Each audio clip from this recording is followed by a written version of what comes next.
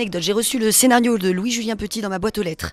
J'ai commencé à le lire, j'avais un rendez-vous 40 minutes après. Je me suis dit, je vais d'abord lire le début, j'irai à mon rendez-vous et ce soir je lirai la suite.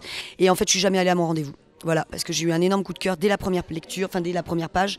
Et j'étais complètement prise dedans. Ce qui m'a plu, c'est le sujet, mais surtout la manière dont il traitait ce sujet-là. Le film parle d'un centre d'accueil pour femmes de la rue qui va fermer au profit d'un autre centre d'accueil. Et les travailleuses sociales vont avoir 3 mois pour trouver une solution de réinsertion.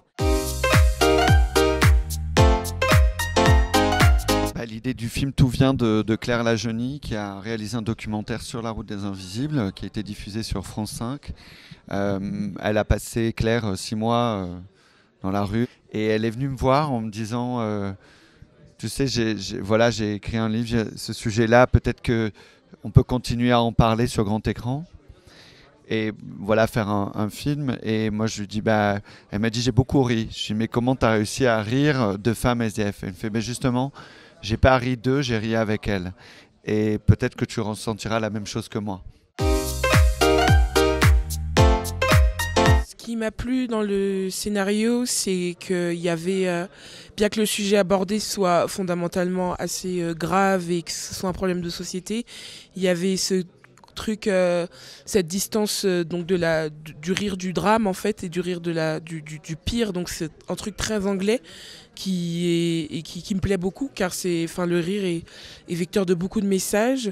Et ce qui m'a plu dans le personnage d'Angélique, c'est que c'est déjà la plus jeune, c'est le symbole de la jeunesse, et c'est le seul personnage qui a été des deux côtés, qui a d'abord été accueilli et qui l'est à nouveau. Et c'est intéressant de voir comment cette fille réagissait au fait parce qu'elle n'a pas fini d'être aidée elle-même, elle est encore dans une espèce d'indécision, et c'est de voir comment elle vivait avec cette indécision qui ne devait pas prendre beaucoup de place parce qu'on avait besoin d'elle face à de plus grandes indécisions.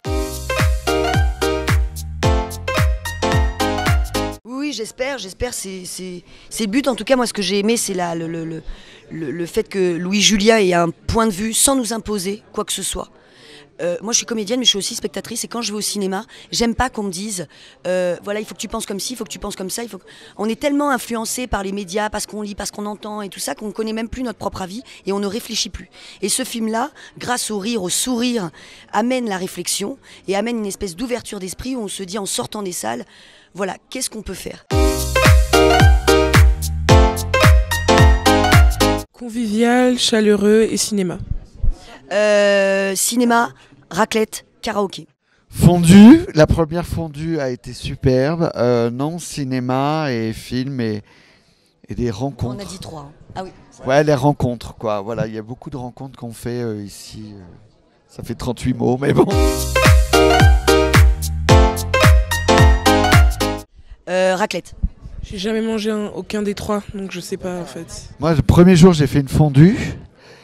Bon, voilà. Et le deuxième jour, j'ai fait une raclette. Là, je vais me tenter à midi, je vais me faire une petite, c'est quoi? Tartiflette. Tartiflette, je fais à midi, tartiflette, c'est bon.